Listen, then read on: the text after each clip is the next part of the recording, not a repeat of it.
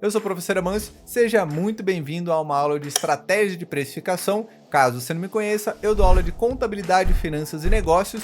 Eu acredito que isso aqui vai ser uma coisa que você não deve ter visto na faculdade. São teorias um pouco mais sofisticadas, mas de qualquer forma, caso você não conheça a minha experiência, eu trabalhei com precificação em banco, então precificação de taxa de juros, veículos por aluguel, serviços, seguros, várias coisas. Então eu realmente tenho bastante experiência sobre estratégia de precificação e vou tentar trazer de uma maneira que esse conhecimento seja útil para sua graduação, para tocar o seu negócio ou para sua carreira. Sinta-se convidado a acompanhar as outras aulas aqui no canal e vamos lá na aula sem enrolação. Estratégias de precificação. Por onde começamos? Primeiro, é importante dizer que toda estratégia de precificação, ela tem fatores positivos e fatores negativos. Não é porque você usa um método simples como um markup, que seria uma metodologia de cost-based pricing, ou seja, você precifica com base no custo, acrescenta em cima daquilo os seus custos variáveis e a sua margem. Essa é uma precificação tida como mais simples. Não quer dizer que ela é ruim, mas ela tem situações nas quais ela é mais adequada. Inclusive, essa metodologia é a mais utilizada e a mais prática de se fazer. Conteúdo na tela, eu trouxe aqui os 3 principais estratégias de precificação, sendo a primeira e mais popular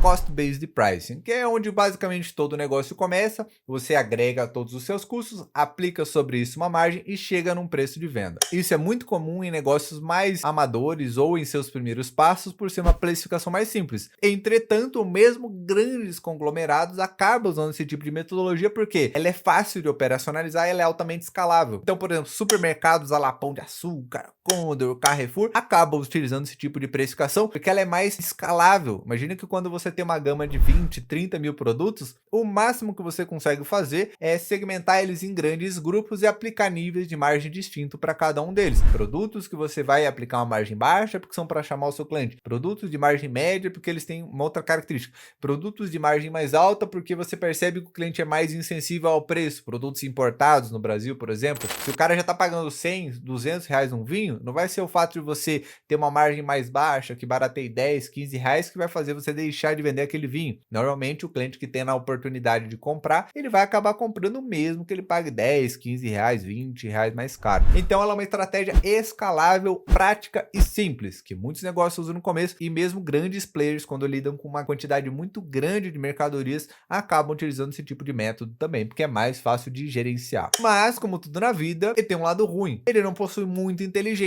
você perde oportunidade de espremer o suco daquele cliente e ter mais rentabilidade contrato a contrato. Não é uma precificação individualizada que leva em consideração a elasticidade, o perfil de cada cliente, ela é para ofertas de balcão, ofertas públicas, coisas mais genéricas e amplas. Você não tem a oportunidade de individualizar cada uma daquelas ofertas. Então, indo para o nosso tópico 2, estratégia de Market-Based Pricing, ou seja, uma estratégia de precificação que consiste em você se posicionar no mercado, independente da sua estrutura de custo ou de um preço mais alto, de um preço mais baixo, você obrigatoriamente precisa se posicionar. Um bom exemplo de Market-Based Pricing é, por exemplo, o setor automotivo. Enquanto a indústria automotiva briga para reduzir custos, para produzir o carro do preço mais barato, você normalmente vai posicionar o preço daquele veículo com base no nível aceitável ou na média daquele segmento. Você não tem, por exemplo, como vender um SUV de uma categoria B a um preço de um SUV de uma categoria A. Não vai ter como. Você vai ter que obrigatoriamente praticar uma faixa de preço que te posicione entre os SUVs B. Você não tem como fugir disso. Se você cobrar muito mais barato, você vai estar provavelmente com a margem apertada e você tem limites para atender aquela demanda, você tem limites de produção, então não é tão inteligente, mas você também não tem como cobrar muito a mais e repassar sua ineficiência de processo produtivo para o cliente final, porque senão você não vai estar competitivo e o cliente vai preferir pegar um carro de uma categoria superior do que pegar aquele seu carro no mesmo preço de um veículo de uma categoria superior. Outros bons exemplos de Market-Based Price, até mais simples do que o automotivo, é, por exemplo, commodities, barril de petróleo. Se o preço de mercado do barril de petróleo está X, como que você vai convencer de alguém pagar mais do que o preço de mercado do barril de petróleo? Ou se a taxa de juros está tanto, como que você convence o cliente a pagar muito mais do que aquela taxa de juros? É muito difícil. Por quê? O cliente vai pegar um empréstimo, um financiamento, normalmente você vai caçar a alternativa mais barata. Ou simplesmente a primeira que te aprovar. Depende muito dos perfis dos clientes. Mas, via de regra, produtos que são mais comoditizados, arroba do boi, barril de petróleo, tonelada do aço, nem sei qual é a medida que usam do aço, quilo da soja, tonelada da soja, também não tenho certeza qual é a medida da soja, mas basicamente, ninguém vai te convencer a pagar mais do que o valor de mercado da soja, ou mais do que o valor de mercado do barril de petróleo. Não tem como, você não tem diferencial para isso, você não tem atributos adicionais sobre esse tipo de produto commoditizado. Então existem produtos que você precisa se posicionar ou seguir um preço de mercado, senão você está completamente lascado. Isso tem lado bom e tem lado ruim. Dependendo do seu setor, você tem muito trabalho de estudo de mercado para se posicionar. Esse tipo de precificação também, ela normalmente é reativa, então normalmente você depende de analisar o fator do mercado e depois reagir a ele, ou reagir aos custos, ou como que todo um setor reagiu de certa maneira aquilo ali, como por exemplo, aumenta o preço da gasolina na refinaria. Você vai ter que repassar esse custo, todo mundo vai ter que repassar esse custo e você vai ter que se posicionar como um posto um pouco mais premium ou um posto um pouco mais barato, mas você não tem muita margem de manobra, porque se você fugir muito do preço de mercado, você está arrasado e você precisa buscar eficiência porque você não tem muito como ver o seu preço de venda ou você tem dificuldade de caçar receitas adicionais naquele produto. Por isso que, por exemplo, postos de gasolina investem tanto em um bom atendimento, em lavacar, te vender uma troca de óleo, vender um limpador de para-brisa ou aquelas coisas um pouco superfaturadas das lojas de conveniência, porque são receitas complementares, porque ele não vai conseguir te convencer a pagar mais caro na gasolina, porque é commodity, você vai abastecer onde tiver mais barato, e se você estiver muito lascado, você vai abastecer naquele posto caro, mas que está numa localização privilegiada, e esse é o diferencial dele, porque a gasolina é igual ao do outro. Porém, esse é um tipo de mercado onde você já se destaca muito positivamente e pode se dar bem, caso você tenha mais eficiência do que a sua concorrência, o que depende muito de cada setor, mas é uma estratégia de pricing muito boa. E vamos aqui à terceira estratégia de precificação, que é o Value Based Pricing, ou seja, a precificação com base na percepção de valor. A gente tem aqui um exemplo de 2019, eu lembro que nessa época eu comprei um iPhone 10, aqui no Brasil a gente chama de iPhone X, mas em outros lugares chamam tudo de iPhone 10. Daí você chega e fala um iPhone X, vão até achar que você é um estranho. Na época ele estava saindo ali na faixa de uns 10 mil reais no Brasil, enquanto o aparelho mais top da concorrência não passava de 3 mil reais naquela época lá em 2019. Eu pesquisei e eu lembro que isso me chamou muita atenção. Mas o que acontecia? Ainda assim, o iPhone 10 que tinha saído com aquela tela infinita, uma câmera top, um design totalmente diferente, na época foi revolucionário ali em 2019, não tinha esse conceito nos outros celulares ainda. O pessoal ainda não tinha borda infinita e o mesmo conceito de tela, touch, Face ID, isso era revolucionário. E o que acontece? Mesmo cobrando o triplo na sua versão top versus a versão top da concorrência, ainda assim a Apple estava amassando de vender o iPhone 10, foi um completo sucesso, tracionou tendência da concorrência, a concorrência teve que se adaptar e foram aproximando o preço deles com base no preço dos celulares da Apple à medida que eles se aproximavam em termos de característica de produto. Ou seja, no que consiste a precificação baseada em valor? É você testar a sua demanda, é você testar a elasticidade do seu cliente, você testar o preço de venda, a percepção de valor do seu cliente, independente do seu custo. Eu tenho certeza que o custo de produção do iPhone não era o triplo dos celulares concorrentes, até porque em termos de hardware eles eram bastante semelhantes, mas o que ela fez? Trouxe um conceito de design que ela desenvolveu primeiro e validou e lançou primeiro, trouxe tecnologias de Face ID que ela validou, desenvolveu e disponibilizou para o cliente primeiro. Então naquele momento ela tinha um produto muito privilegiado que permitia a ela esse espaço de ter uma solução muito diferenciada e que ela pudesse cobrar muito mais caro. Quando a gente fala de serviços,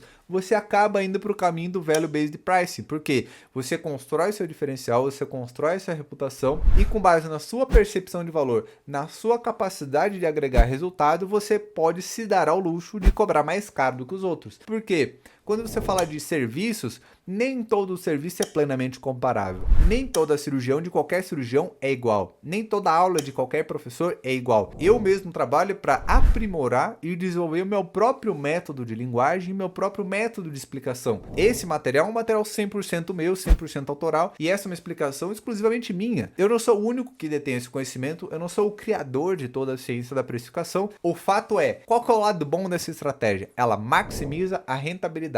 Só que também não é para qualquer um. Você tem que ter um produto diferenciado, você tem que ter um posicionamento diferenciado, você tem que ter uma percepção de valor por parte do seu cliente que convença ele a pagar esse valor no seu produto ou no seu serviço. E isso aqui não é como se fosse um target que qualquer empresa precisa chegar no patamar da Apple de fazer um value based price, porque isso aqui nem é escalável, isso nem faz sentido para todo produto. Então não é como se fossem 3 níveis de precificação, são 3 estratégias diferentes que se adaptam de maneira diferente para cada cada cenário. Muitas vezes você pode começar num cost-based price e eventualmente fazer sentido você evoluir para um outro cenário. Quando você fala, por exemplo, prestação de serviço, às vezes você nem tem custo, às vezes não tem nem custo de deslocamento, às vezes o gasto de energia elétrica. No meu caso, por exemplo, como professor, eu ia gastar minha conta de energia elétrica e minha conta de internet praticamente igual se eu estivesse dando uma aula online ou não estivesse dando uma aula online. Você entende? Então, qual que seria o meu custo que eu deveria repassar? Ou então eu vou me posicionar com base no mercado. Eu mesmo dou aula há 7 anos no Super Prof e por muito tempo eu buscava me posicionar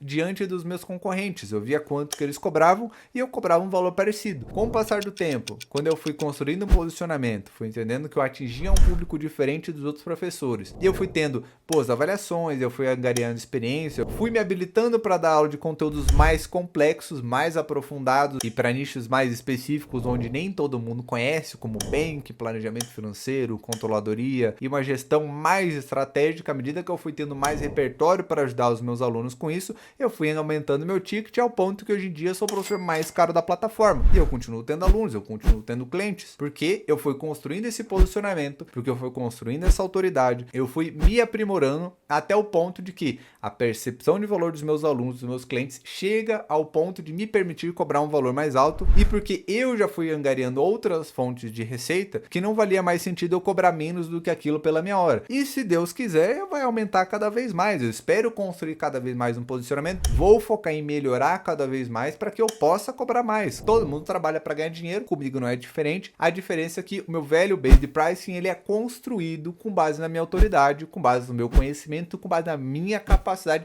de ajudar as pessoas, sejam empresários, sejam empresas, sejam alunos. E por último, só por curiosidade, esse material que eu estou apresentando para vocês é de um finado projeto que eu tinha de uma escola de habilidades que chamava Piratas do Conhecimento. Provavelmente eu vou acabar gravando aqui um dia um vídeo para contar a história da Piratas do Conhecimento. Tinha um conceito muito legal, porque é um projeto que eu guardo no meu coração. Eu infelizmente era muito jovem e não tinha recurso suficiente para conseguir dar vazão à escola, a realmente lançar os cursos, investir em tráfego, investir numa produção de vídeo legal, como a gente tenta fazer aqui hoje em dia. Mas eu guardo essa referência no meu coração. Tentei construir essa escola com esse jeito diferente de ensinar. Então, um dia eu compartilho mais sobre isso aqui com vocês, mas só para não estranharem ou achar que eu roubei esse conteúdo de alguém. Tudo bem? Eu sou o professor Amâncio, dou aula de contabilidade, finanças e negócios. Convido você a me seguir nas minhas redes e eu vejo você por aí. Um grande abraço.